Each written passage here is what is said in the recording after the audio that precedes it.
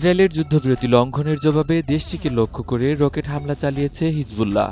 সশস্ত্র গোষ্ঠীটি এক বিবৃতিতে এ তথ্য নিশ্চিত করে জানিয়েছে, বৃহস্পতিবার ভোরে উত্তর ইসরায়েল লক্ষ্য করে এই হামলা চালানো হয়েছে। হিজবুল্লাহ এক বিবৃতিতে জানিয়েছে, নিজ মাতৃভূমি ও দেশের জনগণের উপর ইসরায়েলি এবং যুক্তরাষ্ট্রের আগ্রাসন বন্ধ না হওয়া পর্যন্ত তারা হামলার জবাব দিয়ে যাবে। এর আগে বুধবার মাত্র 10 মিনিটের ব্যবধানে লেবাননের রাজধানী বৈরুত সহ দক্ষিণ লেবাননের বিভিন্ন অঞ্চলে প্রায় 100টি বিমান হামলা চালায় ইসরায়েলি বাহিনী। এই ব্যাপক হামলায় অন্তত 254 জন নিহত এবং 1165 জনের বেশি মানুষ আহত হয়েছেন বলে জানা গেছে।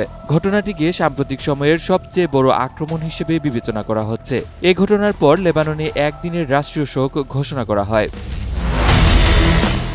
ইসরায়েলের এই হামলার জবাবেই দক্ষিণ লেবানন থেকে উত্তর ইসরায়েলের বিভিন্ন এলাকায় রকেট হামলা চালিয়েছে হিজবুল্লাহ। সীমান্তবর্তী অঞ্চলগুলোতে সতর্কতা জারি করা হয়েছে এবং সাইরেন বাজতে শোনা গেছে। এর আগে হিজবুল্লাহর শীর্ষ নেতারা জানিয়েছিলেন, তারা যুক্তরাষ্ট্র ও ইরানের মধ্যে হওয়া যুদ্ধবিরতিকে সম্মান জানিয়ে ইসরায়েলের বিরুদ্ধে সব ধরনের হামলা স্থগিত রাখবেন। কিন্তু তাদের অভিযোগ, ইসরায়েল ধারাবাহিক হামলা চালিয়ে পরিস্থিতিকে আরও জটিল করে তুলেছে। এদিকে নেতানিয়াহু স্পষ্ট করে জানিয়েছেন, লেবানন সীমান্ত এই যুদ্ধবিরতির আওতায় পড়ে না, ফলে সেখানে সামরিক অভিযান অব্যাহত থাকবে। একই অবস্থান ব্যক্ত করেছেন ইসরায়েলি সেনাপ্রধান লেফটেন্যান্ট জেনারেল ইয়াল জামির। তার ভাষায়, হিজবুল্লাহর সামরিক সক্ষমতা পুরোপুরি ধ্বংস না হওয়া পর্যন্ত উত্তর ইসরায়েলে শান্তি ফিরবে না।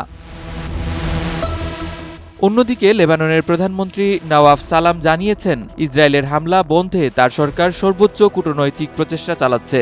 বিশ্লেষকদের মতে চলমান এই পাল্টাপাল্টি হামলা মধ্যপ্রাচ্যে বৃহত্তর সংঘাতের ঝুঁকি বাড়াচ্ছে এবং যুদ্ধবিরতির সম্ভাবনাকে আরও অনিশ্চিত করে তুলছে।